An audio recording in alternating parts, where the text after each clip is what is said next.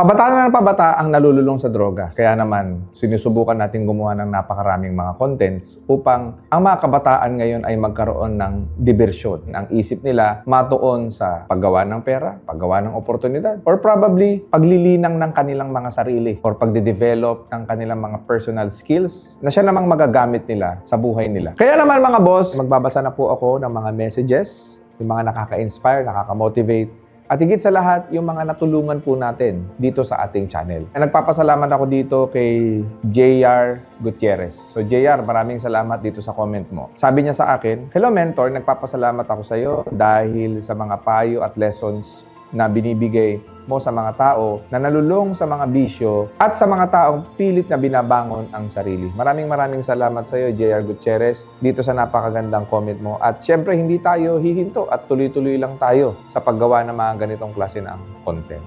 Right? Next, marami ako natututunan, boss, sa inyo at sa mga guests. Wala pa akong pinag-aralan, boss, pero daig pa na nag-aral ako. Daig pa nang may pinag-aralan siguro ang ibig niya sabihin dito. Daig pa na may pinag-aralan ang mga natutunan ko dahil sa inyo. Thank you very much sa libreng kaalaman tungkol sa pagninegosyo.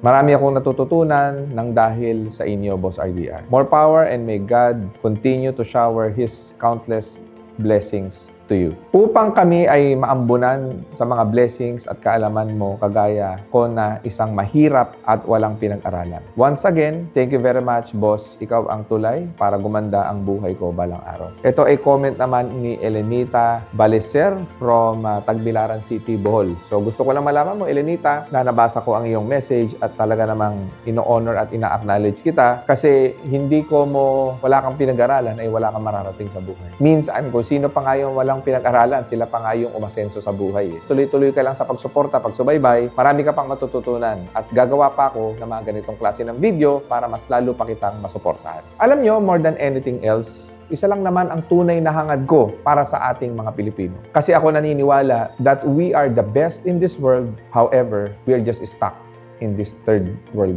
country. Tandaan ninyo, isang malupit lang na idea, pwede kang umasenso at yumaman dyan. Kaya tuloy-tuloy lang ako. Hindi ako ihinto hanggang sa yumaman ka. Kaya huwag kayong mag-aatubiling mag-comment, mag-message sa amin dahil kahit libo-libo ang message na nakukuha namin araw-araw, babasahin namin yan isa-isa. Ako at ang aking team ay dedicated para mabago ang buhay mo.